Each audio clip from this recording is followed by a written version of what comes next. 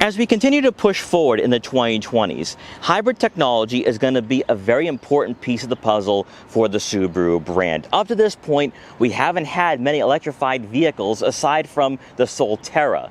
But now for 2025, we have the Forester Hybrid, soon we're going to have the Crosstrek Hybrid, and then of course we have that new Outback. If you're someone looking for a practical daily driver that's also fuel efficient and affordable, the Forester might be the best pick for you, because with Subaru, you're also getting a crossover that is going to be off-road worthy.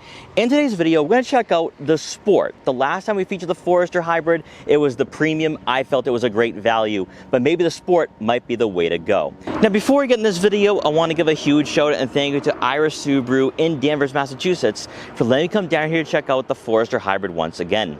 Their link will be in the description below, so you can check out their extensive Subaru inventory. So as always, let's begin with that pricing. For the 2025 Subaru Forester Sport Hybrid, you're looking at a starting cost of just under $40,000. Pricing could be a deciding factor whether you go with the hybrid or full gas-powered model, because with the Sport, you're looking at 40 grand, whereas a premium hybrid comes in at around $35,000. That is a decent price gap there. And if you are looking at a gas-powered model as well with the Sport, you're spending at around $37,000. So is a full digital gauge cluster and the overall efficiency worth it at around $39,500? Well, we're gonna find out in this video. Now, at $40,000 though, you are going to receive super symmetrical all-wheel drive for better year-end capability and versatility, and also you will have 8.7 inches of ground clearance, which will be able to tackle the off-road and snow-covered roadways. In regards to the exterior aesthetics though for the Sport, much like with the full gas-powered model, we have some unique design elements. Up front, you are going to receive steering responsive LED headlights, LED daytime running lights, and also LED fog lights for better visibility at night or in adverse weather conditions. You're also going to have a gloss black grille here with that shield effect, giving you a modern appearance to the Forester. For the lower portion of the front bumper, you are going to have the bronze accents. Now, this will be noteworthy because you're going to find these accents throughout the exterior and also the interior as well. Interestingly enough, though, for all hybrid trims, though, there is nothing distinct about the appearance that sets the hybrids apart from the full gas-powered model, which maybe some of you are looking for here out of a hybrid for 2025. Then as you make your way over to the side profile, you are going to receive 19-inch alloy wheels in a bronze finish. We'll be talking about this in a few minutes when we take this vehicle out for a quick test drive, because 19-inch wheels can create a bit more road noise, harshness to the ride quality, but this is a Subaru built on Subaru's global platform, so that might not be too much of an issue. Also, for the side fenders, you will notice the hybrid badge as well, letting you know what you're actually buying here for 2025. With the Sport, you will have gloss black side mirror caps with turn signal indicators to go along with blind spot detection for added safety. And then as you make your way around to the back, aside from the bronze accents for the lower portion of the rear bumper, nothing different here at all compared to a Premium. You will have the Forester badge stamped out on the tailgate, which is very trendy in this market. You're also going to have gloss black trim running the length of the rear fascia, which we have seen numerous times in the Forester product line. Same taillights, but also more importantly for a hybrid, there is a visible exhaust outlet. That's interesting because a lot of vehicles in this market that are hybrid usually tuck underneath the bumper for that cleaner appearance. And then quickly taking a look at the rear cargo area, you are going to receive a power liftgate here with the Sport. And inside, behind the second row seats, you're looking at right on 27 cubic feet of room, which is pretty much standard for a smaller crossover like this in this market. In fact, it's a bit better than the new Volkswagen Tiguan. Now, since we have that higher roofline though, you can stack on a lot of items in this vehicle. So if you are going on a longer road trip with you and the family, you can easily store probably 10, 11, 12 bags of luggage with ease. You're also going to find a rear cargo cover, which will keep all your valuable items out of sight. So if you are like me and you have camera gear or anything else of value, you can leave them back here and have that peace of mind knowing that no one will be able to peek in and steal what you have. Now, interestingly enough though, with the Forester, you're not going to have deep side pockets, so keep that in mind if you're looking for that flexibility. So most crossovers in this segment do provide that. Also, another thing to take note of here is that beneath the floor mat, you are not going to find a spare tire. And that's mostly because we have a hybrid today. So Some hybrids like a Honda CR-V don't give you that spare tire, so you might want to stick with a gas-powered version for 2025.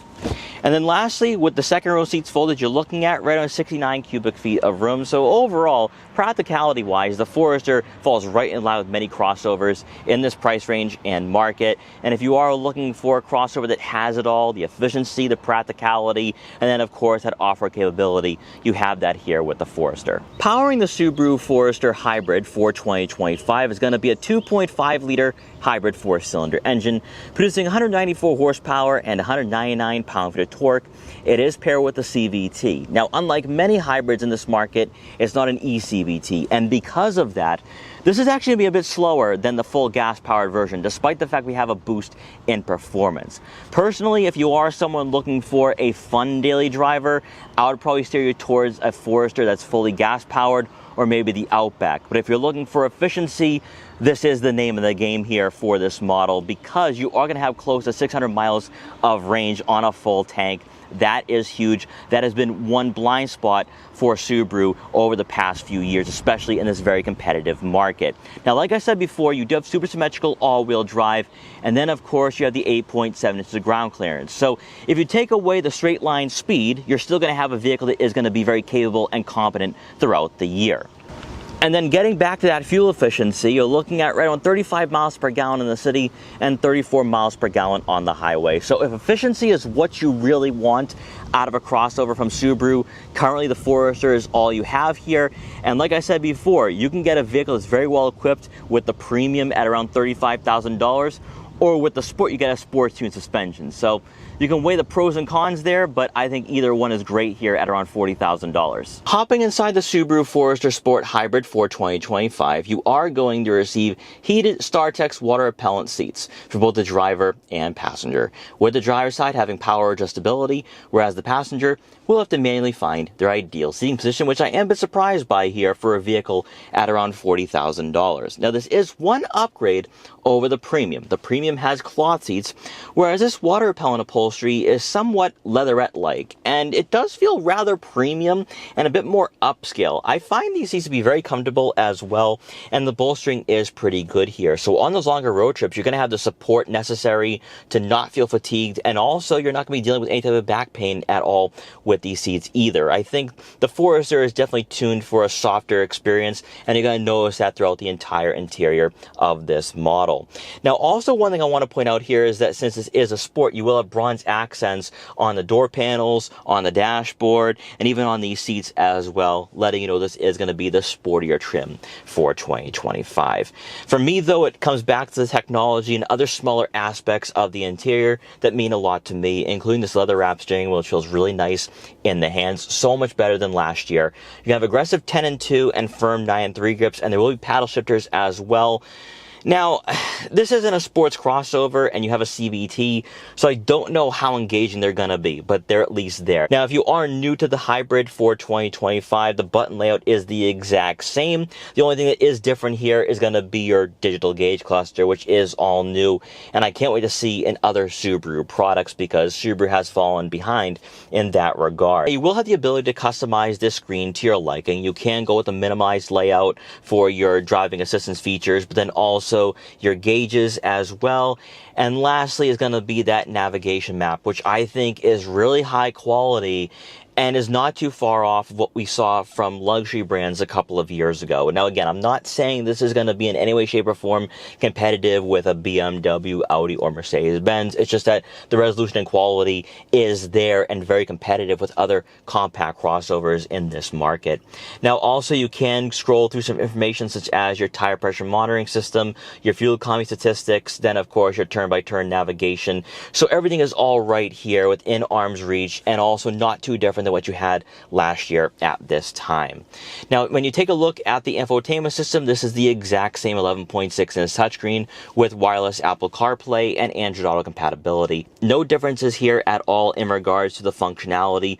You will have physical buttons and dials for your dual zone climate control up front and rear defrosters, and then also the volume and tuning. At the bottom of the screen will be another set of icons for the climate control, but then also your fan speed, fan direction, and then of course the AC and your 3-level heated seats. You will have all your widgets in place on the screen in front of you for your navigation map, your radio, your media. You can also add new widgets at any time and delete them with a press of a button. The bottom of the screen next to your home button here, you will have another set of icons, mostly for driver profile. Then, of course, setting up the wireless phone connectivity. You'll have auto vehicle hold as well. And then last, you have your vehicle control tab here, where you can easily access your vehicle dynamics control, your X mode, cruise control, acceleration, speed, auto vehicle hold, and steering responsive headlights. A lot of these safety features that you will be scrolling through, you should leave on for added assurance and peace of mind when you do get behind the wheel every single day. Continuing on towards the center console, you will find a USB-C and USB-A outlet, a wireless phone charging pad. Then for the center console itself, your traditional gear shifter here, 2 cup holders, an electronic parking brake, also a 12-volt outlet. And then for the center storage compartment, there is enough room for some smaller items, maybe a couple wallets, smartphones, or other smaller tech gadgets. And then to round out the front seating area, above will be a panoramic moonroof, which brings in a lot of natural light to the interior. Now for passengers in the second row, this right here is where the Forester is very flexible, not only in the segment, but also in the product line. Where I still think the Forester is better than the Outback, but the new Outback might change everything for this particular market. However, you are going to receive right around 39.5 inches of legroom, which, to put that into perspective, is on par with the Hyundai Tucson, Kia Sportage, also the Toyota RAV4 and Honda CR-V, and is now better than the new Volkswagen Tiguan. So if you're looking for a family-friendly crossover, you have that here with the Forester. On top of that, you have a higher roof line, and because you have that higher roof line, taller passengers will not be hitting their head on the headliner. Also, since you don't have an aggressive center hump, I think you can squeeze in a third person in the center, making this a 5-passenger vehicle overall. Some smaller compact crossovers are not going to give you that flexibility or versatility, but with the Forester, I think this is the pick in the lineup, especially at or below $40,000. But going with the Sport, of course, you are going to have the water repellent upholstery here, which is going to feel a bit more comfortable than the cloth seats. Also, you will have 2 center-mounted air vents, a USB-C and USB-A outlet, and then to round out the second row seating area, you do get a center armrest with 2 cup holders. The last time I featured the Subaru Forester Hybrid, I said the premium was all you really needed, and that it was the trim to choose if you were going to go in a more fuel-efficient direction. With the Sport, you do get one unique feature that is not found on the Premium, and that is a sports-tuned suspension. But at $40,000, is that enough? And for about $2,000 more, are we receiving enough here over a gas-powered Sport to make this worthwhile? I'm not quite sure yet. One thing I will say, though, is that with this sports-tuned suspension and what Subaru had to do with the chassis and platform to accommodate the electric motor and the battery, this vehicle drives much more smoothly than the gas-powered version. It just glides over the roadways, even with the larger 19-inch wheels. And also, you get a crossover that I think feels a bit more refined, more rigid, and higher quality. The sports-tuned suspension does give you a stiffer feel when you are driving around on back roads, and I think it makes it feel more sporty, agile, and also a bit more engaging. Unfortunately, though, we still have the exact same CVT that was found in the Premium that I personally didn't like. Unfortunately, it's not an eCVT, and I think this is the only hybrid in this market and price range that doesn't utilize an eCVT. So I'm stunned by that, and I am a bit surprised. However, what we have here with the Sport is a vehicle that does feel quite upscale. You have better upholstery for these seats. You have the Harman Kardon audio system. You also have a sportier design, and then of course that panoramic moonroof. You are receiving a lot here that I think makes it a good choice at $40,000. It's just that if you're someone who doesn't need all the creature comforts and amenities, and you're looking to spend below 40 grand, the Premium is more than enough, and I still think that is the go-to for 2025. Considering the changes that you are going to experience with the Sport, the larger tires, the sports-tuned suspension, it's quite quiet in here. The interior insulation is very top-notch, and when you're not on throttle, when you're not getting on the highway, passing slower drivers, the engine is somewhat docile. It's just that when you are entering highways, when you are passing slower drivers, it's a bit of a headache. It really, truly is. That's where I think the Forester is more conducive for city driving, suburban driving, and this is not for someone who drives very aggressively. And what I personally find here with the hybrid models is that it's more smooth. And that is one thing that I would come back to with the Forester if I needed a daily driver that was practical, that was efficient, and if I was also a Subaru enthusiast, because this really is kind of that great balance in the lineup. Now, sure, I still think the gas-powered model is a better buy because you don't get the droning of the CVT and you also don't have to deal with the slower acceleration times. But then when you start taking a look at the technology, the full digital gauge cluster, the standard navigation system, I think you could really get drawn in by that. Especially where Subaru has fallen behind in that regard. Even though I'm not someone who really falls in love with full digital gauge clusters, I just think that from a competitive standpoint, the Forester Hybrid is better equipped to take on the Toyota RAV4, the Honda CR-V, and others in this market. And when you pair up the technology with the fuel efficiency and the overall practicality, this makes a lot of sense for those of you who are just looking for a daily commuter. Now we are going to do one acceleration here before we head back to the dealership and see what this hybrid 4-cylinder has to offer once again.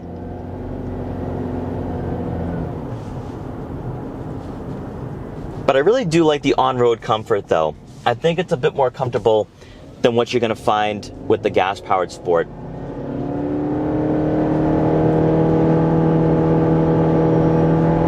See, it's that droning. It's that droning that really hurts this vehicle, because I think the hybrid is slower than the gas-powered version. And that's a bit of a surprise. Usually hybrids are quicker because you get the electric propulsion, but that just isn't the case here for the Forester. In regards to overall vision being behind the wheel this model and also seat positioning, you do sit pretty high up in this vehicle. Nothing's too different compared to the gas-powered version, so no learning curve there if you are hopping in from a prior model year. Now, when it comes to your A-pillars, they are very thin. In fact, I don't think you'll be dealing with any type of blind spots when you are approaching intersections or red lights. Taking a look at your side mirrors, they are the exact same size as what you're going to find on the gas-powered version. Also, of course, you have blind spot detection, and I can see what's in my blind spots and in the lane next to me. And then looking out back, clear view there. So a lot of visibility. Also, because the Forester is squared off, you have a lot of vision to work with here in this vehicle. More importantly, for those of you who are concerned about ride quality and, of course, the interior insulation, the 19s do the job for sure. And again, I think Subaru really prioritized the comfort and the quietness of this vehicle, where it does feel quite isolating being behind the wheel. Overall, after spending some time with the Forester Sport and the hybrid once again, I still think you should go with the premium. I think the premium is providing more than enough here.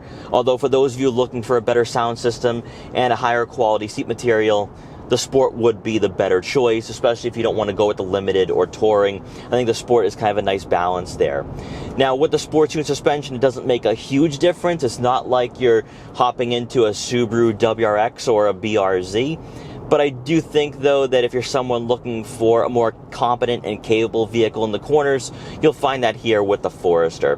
But at $40,000, you're receiving a long list of features that I think does provide a good amount of value here. Also, of course, it comes back to that efficiency and range, close to 600 miles of range. So I think a lot of you are more focused on that than anything else. And I think the Forester Hybrid is exactly what the brand needed, and it's still a great choice. I just think that you should go with the premium at just around $35,000. So guys, I hope you enjoyed this quick review for the 2025 Subaru Forester. If you did, please like, comment, share, and subscribe for more, and I will see you guys next time.